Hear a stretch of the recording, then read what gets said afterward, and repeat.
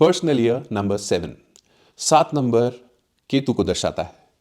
2025 Mars को दर्शाता है। तो आपके लिए ये एनर्जी है केतु और मार्स की।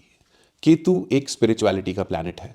केतु हमेशा नॉन लिविंग चीज़ों से डील करता है, यानी कि मटेरियल चीज़ों से केतु आपको अलग ले जाता है और ये इंटरनल ले जाता है, आपको अपने आप को बेहतर समझने में मदद करता है। ये समय एक स्पिरिचुअल ग्रोथ का टाइम है। आपको मार्स की ऊर्जा मिलेगी अपने आप को बेहतर समझने में, अपने आप पे बेहतर काम करने में। ये साल आप सॉलिट्यूड में रहना चाहेंगे, आप ज़्यादातर अकेले रहना चाहेंगे और अपने सोशल सर्कल से अलग होना चाहेंगे।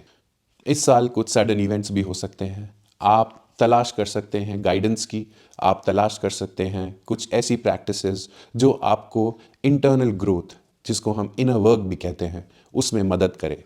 या आपको कुछ ऐसे लोग इस साल मिलेंगे जो आपको प्रेरित करेंगे अपने आप को बेहतर जानने में, जीवन का पर्पस जानने में।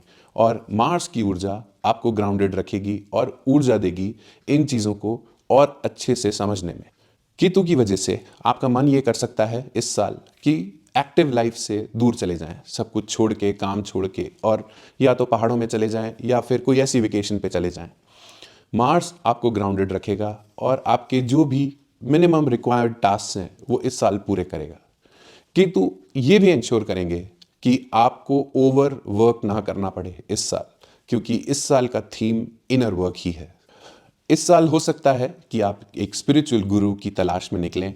करियर, इस साल आप काम पे इतना फोकस नहीं कर पाएंगे। आपका मन करेगा कि मैं ऑफिस से बाहर ज़्यादा रहूं या फिर ज़्यादा से ज़्यादा ऐसे वीडियोस या ऐसी चीज़ें देखूं जिससे मुझे और गहराई से जीवन के बारे में पता लगे, या फिर कुछ ऐसी चीज़ें पढूं जो सोल फिलिंग हो। इस साल ज़्यादा मटेरियल गोल्स आप अपने करियर में मत बनाइए, क्योंकि आप उस पे काम ही नहीं कर पाएंगे, क्योंकि इस साल की ऊर्जा आपको उन चीज़ों से दूर लेके जाएगी। हेल्थ, इस साल अगर कोई पेंडिंग सर्जरी है तो वो हो सकती है। केतु डिटैचमेंट का कारक है और मार्स और केतु मिलके सर्जरी या कोई बॉडी पार्ट रिमूव करवाते हैं। तो ये ऐसी कोई सर्जरी जो बहुत टाइम से पेंडिंग है, या फिर ऐसा कोई बॉडी पार्ट जो तकलीफ दे रहा है, ये इस साल आप उसकी सर्जरी करा सकते हैं।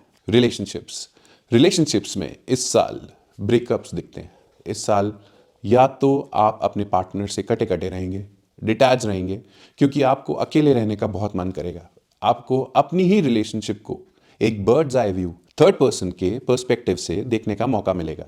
अपनी रिलेशनशिप, अपना काम, अपनी लाइफ, पर्पस, गोल्स आप एक दृष्टा के रूप में अलग बैठ के देख पाएंगे।